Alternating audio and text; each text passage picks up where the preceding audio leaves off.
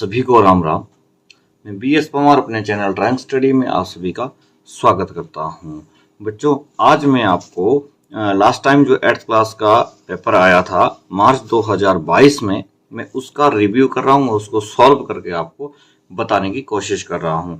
आपने ध्यान रखना है कि इसी तरह का पेपर आपको इस बार दिसंबर में आना है और डेट शीट आपकी जो है वो आ चुकी है, तो इसीलिए मैं ये पेपर आपको बताने जा रहा हूं ताकि आपको आइडिया हो जाए कि लगभग इस तरह का जो है क्वेश्चन पेपर आपको अभी आना है। तो आप यहाँ पे देख सकते हैं स्क्रीन में, यहाँ पे क्वेश्चन पेपर का फ्रंट पेज है। मैं यहाँ पे निशान लगाता जाऊंगा और आपको बताता जाऊंगा कि जो है ना पेपर किस तरह से आपको आता है। तो आप यहाँ देख सकते हैं पेपर जो है वो 3 घंटे का आपका रहेगा और मैक्सिमम मार्क्स जो है वो 100 नंबर इसमें आपको रहेंगे। यहाँ कुछ निर्देश दिए हुए हैं, जैसे सफाई का ध्यान रखना है, प्रश्न एक साथ करने हैं, आपने अपना रोल नंबर अंकों और शब्दों में दोनों में आपने ड्राइंग शीट पे लिखना है। लिखित कार्य के लिए लाइनदार शीट जो अलग से आपको दी जाएगी, जो आपके भी MCQ के क्वेश्चन आपके इसमें आएंगे।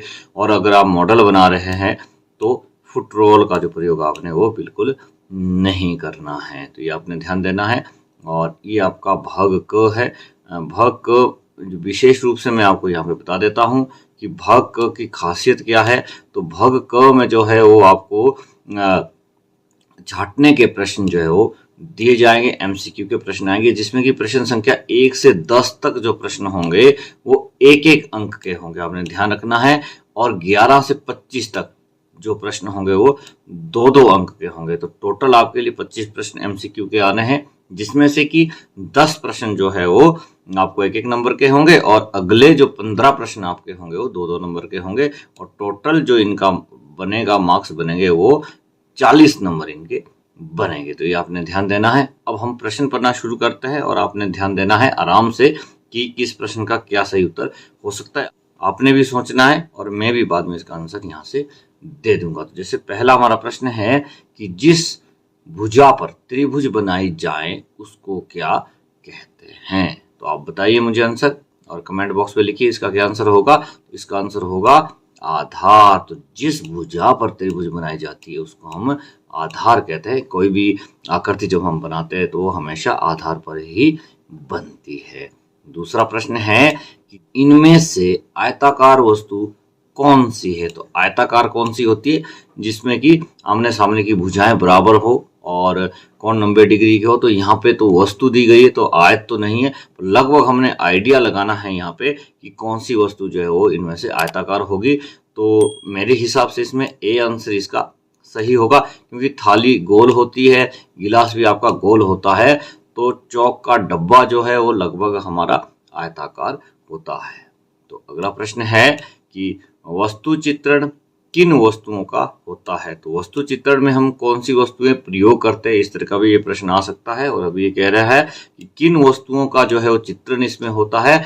तो वस्तु चित्रण हमेशा निर्जीव वस्तु का होता है, जिसमें कि जान ना हो, जो बिना हिलाए ना हिले, ऐसी वस्तुओं का ही हम वस्तु चित्रण करते हैं। अगला प्रश्न है कि पंचभुज का बाह्य कोण कितने अंश का होता है। तो पंचभुज जब हम बनाते हैं तो उसका आंतरिक जो कोण होता है वो 108 डिग्री का होता है। आपने ध्यान रखना है 108 डिग्री का जो है उसका आंतरिक कोण होता है और बाह्य जो कोण होता है वो 72 डिग्री का होता है। और दोनों जो कोण होते हैं, आंतरिक और बाह्य कोण, इन दोनों का योग जो होता है वो 180 डिग्री होता है। ये भी आपने ध्यान रखना है। जब हम दोनों कोणों को जोड़ते हैं तो इनका योग जो है वो 180 डिग्री होता है। अगला प्रश्न हम पढ़ते हैं, पांचवा। जो रेखा शीर्ष से आधार पर 90 डिग्री का कोण बनाए उसे क्या कहते हैं। तो शीर्ष से आधार पर जो रेखा 90 डिग्री का कोण बनाती है उसे हम हमेशा लंब कहते हैं। लंब जो होता है वो हमेशा 90 डिग्री का होता है। तो ऐसा भी पूछा जाता है कि लंब कितने डिग्री का होता है। तो लंब हमेशा जो है वो 90 डिग्री का होता है। अगला प्रश्न है प्रश्न नंबर 6। 3 रेखाओं से घिरी हुई आकृति को डैश कहते हैं। तो जो आकृति 3 रेखाओं से घिरी हुई हो, बंद आकृति जो है, 3 रेखाओं से बंद आकृति को हम त्रिभुज कहते हैं। त्रिभुज जो है वो 3 सरल रेखाओं से घिरी हुई होती है। अगला है 7वां प्रश्न है कि चाप के सिरों को मिलाने वाली रेखा को क्या कहते हैं? चाप के सिरों को जो रेखा मिलाती है उसको हम कहते हैं जीवा। आपको पता होगा चाप ऐसे होती है, इस तरह चाप होती है और इसके सिरे को जो रेखा मिलाती है इसको हम जीवा कहते हैं, और जो पूरा ये क्षेत्र होता है इसको हम अवधा कहते हैं। ये आपने पढ़ा होगा डेफिनेशंस में। चलो हम अगला प्रश्न पढ़ते हैं। प्रश्न नंबर 8 है बेलनाकार वस्तु कौन सी होती है? तो बेलनाकार वस्तु में प्लेट तो नहीं आ सकती है, इसमें आता है सिलेंडर। कड़छी भी बेलनाकार नहीं होती है, तो बी ऑप्शन इसका सही है। अगला है प्रश्न नंबर 9 है बेकार वस्तुओं से बनाए गए डिजाइन को क्या कहते हैं? तो बेकार वस्तुओं से जो हम डिजाइन बनाते हैं उसको बोलते हैं कोलाज। कोलाज में हम क्या करते हैं, जो भी हमारे पास फटे पुराने कपड़े होते हैं, कपड़े की कतरे होती है, कागज होते हैं, कांच के टुकड़े होते हैं, उन सबको मिला करके हम जो है वो एक सुंदर आकृति बनाते हैं, सुंदर डिजाइन बनाते हैं, जिसको कि हम कोलाज कहते हैं। अगला प्रश्न है प्रश्न नंबर 10 है इंद्रधनुष में कितने रंग होते हैं? तो इंद्रधनुष में जो है वो कितने रंग होते हैं बच्चों? इंद्रधनुष में 7 रंग होते हैं। तो यहाँ तक के जो प्रश्न यदि आपने हल किए हैं तो ये जो प्रश्न है ये आपके होंगे 1-1 नंबर के। तो यहाँ तक यदि आपने प्रश्न सारे हल कर दिए तो आपके 10 नंबर जो है वो पक्के हो गए। अब इसके बाद जो आपके प्रश्न हैं ये प्रश्न आपके हैं 2-2 अंकों के। अब विशेष रूप से और अच्छे से ध्यान देना है ताकि कोई भी प्रश्न आपका गलत ना हो और आपको पूरे नंबर मिले। और अगर आपने एमसीक्यू में ही 40 नंबर ले लिए तो भी आप पास हो गए। 100 नंबर का आपका पेपर है, 40 नंबर आपके एमसीक्यू में आ गए तो पास तो हो गए। उसके बाद जो आपके अगले क्वेश्चन है ज्योमेट्री के है या डिजाइन पेंटिंग वाला है वो आपका मेरिट बनाने के लिए है। तो आगे हम पढ़ते हैं प्रश्न नंबर 11 और ये ध्यान रखना है कि इसके बाद अब 2-2 नंबर के प्रश्न है ये। तो इनमें से ठंडा रंग कौन सा है? नीचे जो रंग दिए गए हैं इनमें से ठंडा रंग, तो बच्चों ये ठंडा रंग छूने से नहीं होता है, छूने से तो सारे ही ठंडे है ही, ठीक है। तो इनका प्रभाव कैसा होता है, ठंडा प्रभाव इनमें से किसका होता है ये आपने बताना है। तो पीला रंग, लाल, हरा और नीला। तो जो नीला रंग है ये हमेशा ठंडा रंग होता है। नीला रंग या नीले रंग से जो भी रंगतें बनती है वो सभी रंगतें जो है वो ठंडी होती है। अगला है कौन सी पेंसिल से बनाई गई रेखा अधिक काली होती है? तो इनमें से यदि हम रेखाएं लगाएंगे जो ये ऑप्शन दिए हैं तो सबसे ज्यादा डार्क जो है, सबसे अधिक काली जो है वो कौन सी होगी? तो बी श्रेणी की जो हमारी पेंसिल्स होती है वो डार्क होती है। एचबी की फुल फॉर्म होती है हार्ड एंड ब्लैकनेस। तो ब्लैकनेस कह रहा है अधिक काली, तो ब्लैकनेस 2B से ज्यादा बड़ी, यहाँ पे 6B है। तो ये ऑप्शन इसका सही है। अगला प्रश्न है प्रश्न नंबर 13 कि जामुनी और संतरी रंग किस श्रेणी के रंग है? तो श्रेणियां होती है, आपको बताया होगा प्राइमरी कलर, सेकेंडरी कलर, उनमें से ये श्रेणियां पूछ रहा है। यहाँ दी भी तीनों श्रेणियां हैं। तो जो जामुनी कलर होता है वो हमेशा सेकेंडरी कलर होता है। ये जो है वो सेकेंडरी कलर है। प्राइमरी कलर आपको पता होगा रेड, येलो, ब्लू, और सेकेंडरी में आपके पास आता है ग्रीन, आपका ये पर्पल और ऑरेंज। संतरी जो रंग है ये सेकेंडरी कलर होते हैं। और टर्शरी जो कलर होते हैं ये 6 होते हैं, ये भी आपने ध्यान देना है। प्राइमरी कलर जो है वो 3 होते हैं और सेकेंडरी कलर भी 3 ही होते हैं और टर्शरी कलर 6 होते हैं, और कुल मिलाकर के जो है ये 12 कलर हमारे बनते हैं। अगला हमारा है प्रश्न नंबर 14 क्या त्रिभुज एक बहुभुज है? तो आप बता सकते हैं कि त्रिभुज एक बहुभुज है। तो हमारे हिसाब से ये ड्राइंग के हिसाब से हम इसको बहुभुज नहीं मानते हैं। क्यों नहीं मानते हैं? क्योंकि हम परिभाषा इसकी पढ़ते हैं कि 4 या 4 से अधिक सरल रेखाओं से घिरी हुई आकृति को हम बहुभुज कहते हैं, जबकि मैथ के हिसाब से हम इसको बहुभुज मानते हैं। कैसे मानते हैं? क्योंकि जो इसका बाह्य कोणों का योग होता है, त्रिभुज के बाह्य कोणों का योग जो होता है वो 360 डिग्री होता है, जबकि चतुर्भुज के भी बाह्य कोणों का योग 360 डिग्री होता है। और कोई सा भी आप बहुभुज बना दीजिए, कोई सा भी बहुभुज बना दीजिए, सभी बहुभुजों के बाह्य कोणों का योग बच्चों 360 डिग्री ही होता है। तो अकॉर्डिंग टू एंगल हम जो है त्रिभुज को बहुभुज मानते हैं, पर भुजाओं के आधार पे अभी तक जो है ड्राइंग में इसको बहुभुज नहीं माना है। तो यदि आप हाँ लगाते तो भी इसमें कोई दिक्कत नहीं है, और नहीं लगाते तो मेरे हिसाब से तो इसमें कोई दिक्कत नहीं है। इसलिए आप हाँ भी लगा सकते हैं, ना भी लगा सकते हैं। ये प्रश्न थोड़ा सा अटपटा है और जो है आप लोग इसमें उलझ सकते हैं। आगे जैसे सी ऑप्शन दिया है कि कहा नहीं जा सकता, तो कहा नहीं जा सकता तो ऑप्शन नहीं हो सकता है, क्योंकि हाँ होती है। क्योंकि अगर एंगल के आधार पर देखा जाए तो बहुभुज ये होती है, क्योंकि बाह्य कोणों का योग जो है वो सभी बहुभुजों का 360 डिग्री होता है। और भुजाओं के आधार पर जो हमें परिभाषाएं बताई गई है कि 4 या 4 से अधिक सरल रेखाओं को हम बहुभुज कहते हैं, तो उसके हिसाब से इसका हम नहीं आंसर लगा सकते हैं। अगला प्रश्न हमें दिया गया है प्रश्न नंबर 15 कि 5 इंच गुणा 4 इंच माप की बनी आकृति को क्या कहते हैं। तो अगर इस तरह की आकृति अगर बनाई जाए तो उसे हम क्या कहते हैं, उसे हम कहते हैं आयत, क्योंकि इसकी दो भुजाएं जो होगी वो 5 इंच की होगी और दो भुजाएं इसकी 4 इंच की होगी, तो इसको हम आयत कहेंगे। कर्ण जो होता है वो कोणों को मिलाने वाली रेखा होती है, और वर्ग की जो है वो सभी भुजाएं बराबर होती है, और त्रिभुज में तो 3 भुजाएं होती हैं। तो यहाँ पे तो ये 2 भुजाएं दे रहा है। तो इस तरह की जो आकृति होती है उसको हम बोलते हैं आयत। तो अगला प्रश्न पढ़ते हैं। प्रश्न नंबर 16 हमारे पास है दिया हुआ, कोणों के आधार पर त्रिभुज के कितने प्रकार होते हैं। तो कोणों के आधार पे जो है वो त्रिभुज के कितने प्रकार होते हैं, तो 3 प्रकार होते हैं कोणों के आधार पर। अधिक कोण त्रिभुज, समकोण त्रिभुज और न्यून कोण त्रिभुज। तो भुजाओं के आधार पे भी 3 होते हैं, कोणों के आधार पे भी 3 प्रकार होते हैं त्रिभुज के। अगला प्रश्न है, त्रिभुज के तीनों कोणों का योग कितना होता है। तो ये जो दिया गया है ये आंतरिक कोणों का योग दिया गया है, और आंतरिक कोणों का योग जो होता है वो 180 डिग्री होता है त्रिभुज का। बाह्य कोणों का योग मैंने लास्ट प्रश्न में आपको बता दिया है।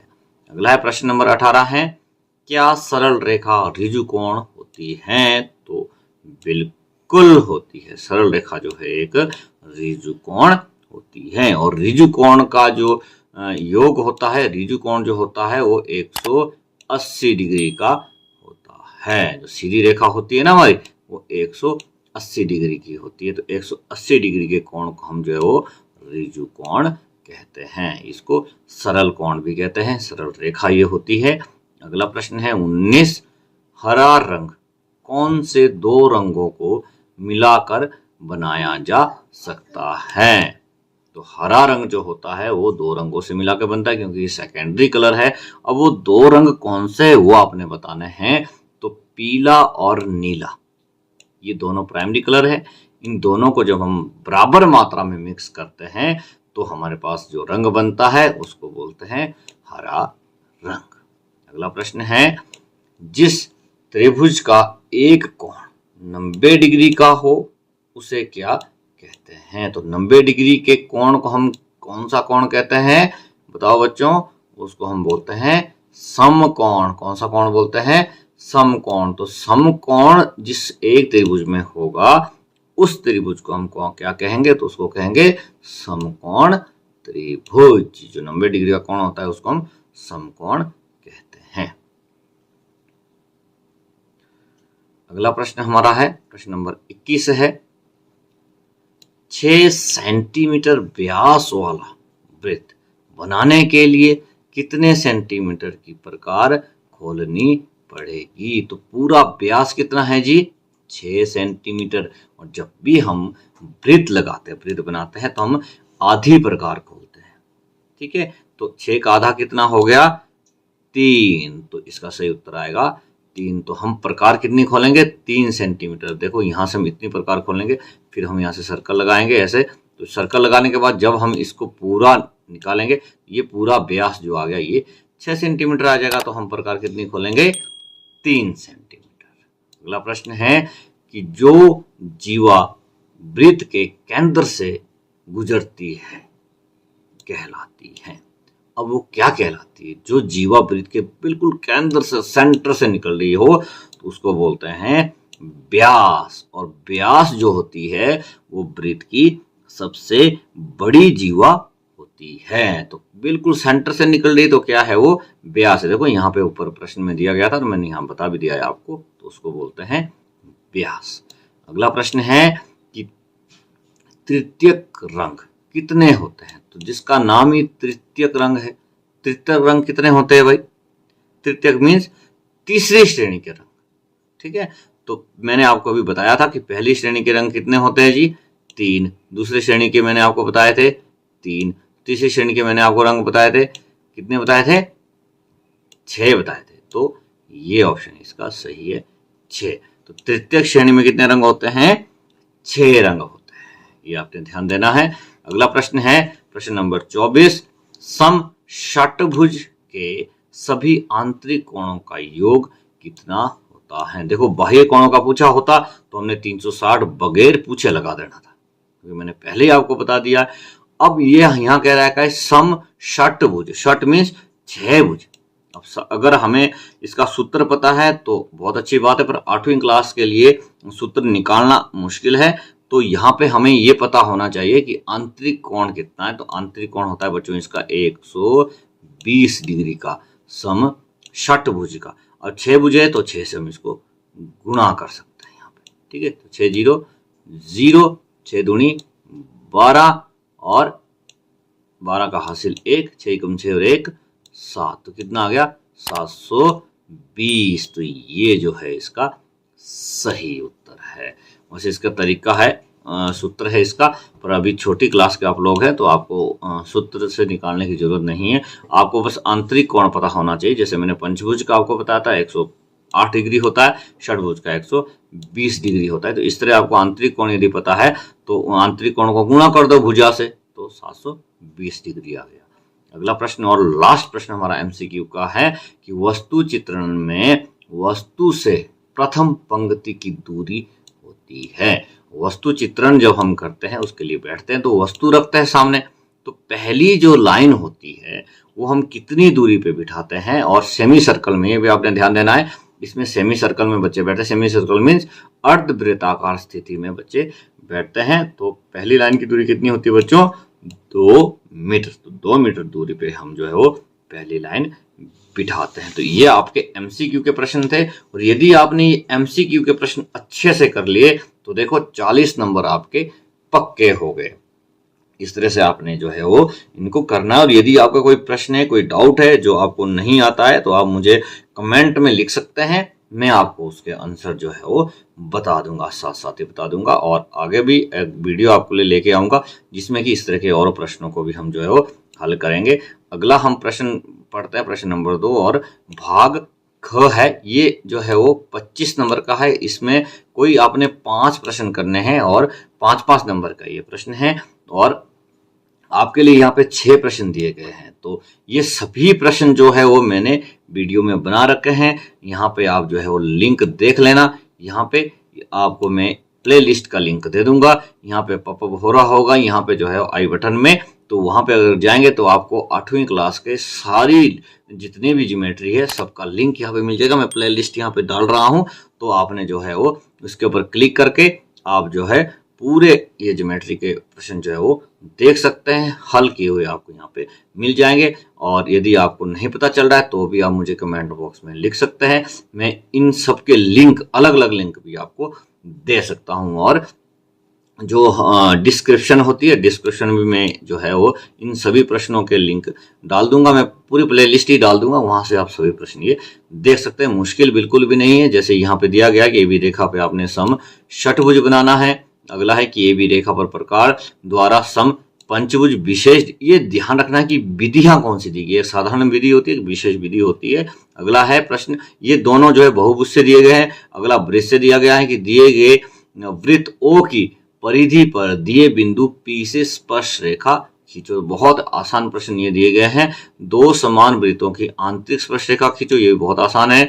2 काटते हुए असमान वृत्तों की बाहरी स्पर्शरेखा खींचो, सभी ये बहुत आसान प्रश्न है, बिल्कुल भी मुश्किल नहीं है। एक वृत्त बनाओ जो दी हुई AB रेखा को स्पर्श करे तथा उसके बाहर 2 बिंदुओं NP से गुजरे और NP के समानांतर, ये जो NP जो है वो AB के समानांतर। यदि आपको ये प्रश्न नहीं बनाने आ रहा है तो मैं इसी के ऊपर एक अलग से वीडियो बना सकता हूँ और इन सभी प्रश्नों को ही हल करके आपको बता दूंगा। प्रश्न नंबर 2 जो है तो आप मुझे कमेंट में लिखिए, मैं ये भी काम आपके लिए कर दूंगा, अलग से वीडियो बना दूंगा, सिर्फ इन्हीं प्रश्नों के लिए बना दूंगा। ये आपका भाग ख जो है वो आपका था 25 नंबर का। अब हम देखते हैं भाग ग, और ये लास्ट जो है हमारा भाग है, भाग ग तीसरा है। इसमें 2 प्रश्न दिए गए हैं। पहला प्रश्न है भागते हुए किसी जानवर का चित्र बनाकर रंगों द्वारा पूरा करें। अब यदि आपको कोई जानवर आता है बनाना, वो चाहे वाइल्ड एनिमल हो चाहे पेट एनिमल हो, कोई सा भी एनिमल आप बना सकते हैं तो वो बनाइए, नहीं तो किसी भी पक्षी का चित्र आप बना करके उसमें रंग भरो तो आपको 15 नंबर पक्के मिलेंगे। मतलब या तो कोई भागता हुआ जानवर बना दीजिए या कोई पक्षी बना दीजिए। पक्षी उड़ता हुआ भी हो सकता है, बैठा हुआ भी हो सकता है, वो आपकी मर्जी, जो सा आपको अच्छे से बनाना आता है। और भाग ग जो है ये कलर वाला है दोनों, भाग ख और भाग ग जो है, तो ग में आपको 15 नंबर था और घ आपका 20 नंबर का है। पर इसमें एक चीज आपने विशेष रूप से ध्यान देनी है कि इसमें आपको स्टिल लाइफ भी ऑप्शन में है। किताब के ऊपर लोटे का चित्र छाया और प्रकाश सहित पूरा करें। तो भाग ग में खाली सिर्फ कलरिंग है और भाग घ जो है उसमें स्टिल लाइफ भी है। तो यदि आपको ये बनाना आता है किताब के ऊपर लोटा, तो आप अपने टीचर से बोल करके मॉडल में बैठ सकते हैं। सेमी सर्कल में बैठना होता है अर्धवृत्ताकार स्थिति में, तो ये 20 नंबर का आपका होगा। और यदि आपको मॉडल नहीं आता है बनाना तो आप जो है वो 10 सेंटीमीटर बाय 15 सेंटीमीटर की आयत में फूल पत्तियों का सुंदर डिजाइन बना सकते हैं। आगे इसमें कंडीशन दी गई है कि केवल 3 रंगों का ही प्रयोग करें। तो ये ध्यान देना है कि रंग सिर्फ 3 ही हो, 3 से ज्यादा रंग इसमें आप यूज नहीं कर सकते हैं। तो ये आपने विशेष रूप से ध्यान देना है। तो ये था आपका 8th क्लास का जो है पिछले जो पेपर आपका हुआ था उसको मैंने हल करके आपको बता दिया है। यदि कोई और डाउट आपका हो, आपको लगता हो कि कोई हमारा डाउट है, तो आप मुझे कमेंट कर सकते हैं, मैं आपको उसका आंसर जरूर दूंगा। कोशिश करूंगा कि आप जो भी प्रश्न मेरे से पूछेंगे उसका मैं आपको समय से और सही आंसर दूं, तो आप मुझे कमेंट में बता सकते हैं। इसी तरह से हमारे चैनल के साथ बने रहिए, इंपॉर्टेंट जानकारी आपको यहाँ पे मिलती रहेगी। यदि आपने चैनल को सब्सक्राइब नहीं किया है तो इसको सब्सक्राइब कर दें, अपने दोस्तों तक इसको जरूर शेयर करें। Thanks for watching my channel drawing study.